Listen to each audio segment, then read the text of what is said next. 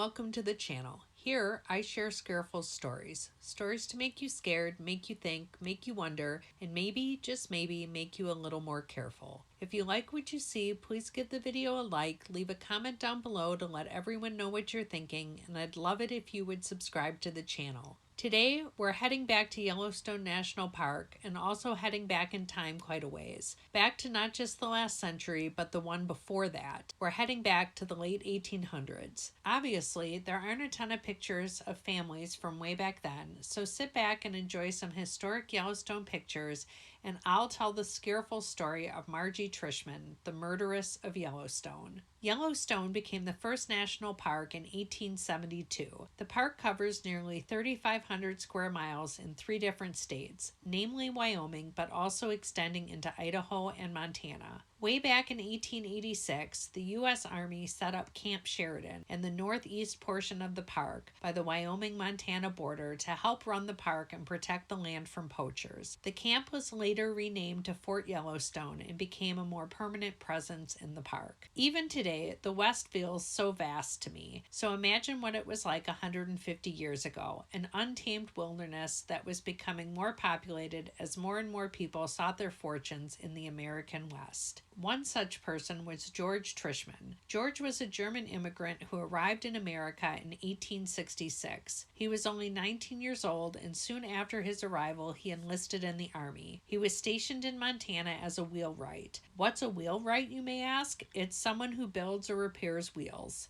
They were the Michelin men before there were tires. Somewhere there's a list from 1890 of the top 10 jobs destined to become extinct in the new century, and wheelwright was on it. After 3 years in the Army, George was discharged. He remained in Montana, and at some point he married Margaret Gleason, who liked to be called Margie. The couple had 5 children: Anna, born in 1885, Elizabeth followed the next year in 1886. Harry was born later that same year in 1886. Arthur, born in an unknown year but who sadly died too young in 1892.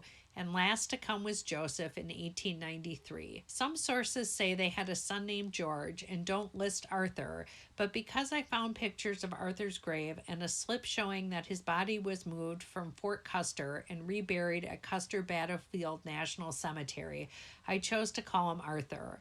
Perhaps his middle name was George, or his first name was George and he was called by his middle name, and that was Arthur. It's known that in 1886, the family was living at Fort Custer in Montana. Little Arthur was buried there, and Joseph was born there in 1893. At some point, George moved to Fort Yellowstone to serve as a wheelwright and post carpenter. Margie stayed in Billings, Montana with the kids, and was having a hard go of it. Maybe it was having 5 children in 8 years. Certainly part of it was losing a child. Perhaps it was the hardship of being in the rugged American West with her husband being away, or maybe she was struggling with mental illness, or perhaps it was all of the above when in March of 1899, Harry found his mother, butcher knife in hand, lying in the cowshed with a huge wound on her neck. She told authorities that she had been attacked, but in fact she had tried to take her own life. Margie was taken away for treatment of her wounds and also to try and treat her mind.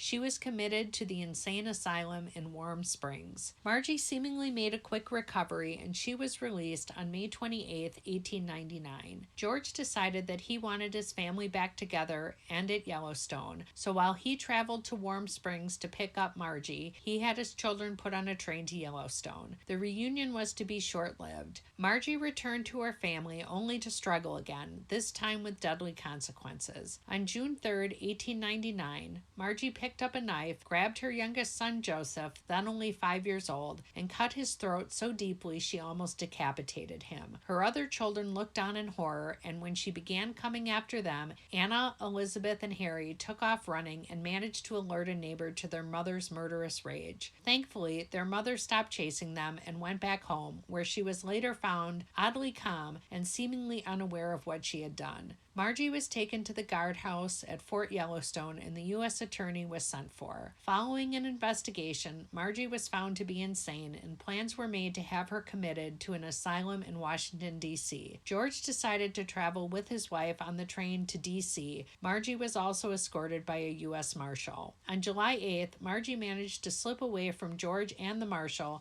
just long enough to jump from the train. She landed in the Yellowstone River, and although she certainly died, her body was never recovered. The train did stop to allow George and the marshal to search for her, and multiple searches occurred over the next few months. 18 months later, a body was found in the river in Glendive, Montana, and George traveled there to see if the body was that of his wife, but it was not. Following Margie's jump from the train, George returned to his children. He buried Joseph in a grave in the cemetery at Fort Yellowstone, where he still lies today. Atop little Joseph's tombstone is a carved pair of little boy's boots. The inscription reads, "'Tis a little grace, but oh take care, for the hopes are buried there." George continued on with his work, and his children grew up surrounded by the beauty of Yellowstone. Harry grew up to become a civilian scout and later a park ranger. He would be promoted to assistant chief ranger and eventually to the incredibly cool-sounding position of chief buffalo keeper. Trischman Knob is named for him, and many of his scout diaries can be found in the Yellowstone archives. Anna married, and she and her husband bought Ole Anderson's Curio Shop at Mammoth Hot Springs. A few years later, Elizabeth bought out George's interest in the store and began running it with her sister. The sisters would expand the shop, and it became a popular spot for tourists where they could buy souvenirs, eat at the cafeteria, grab some supplies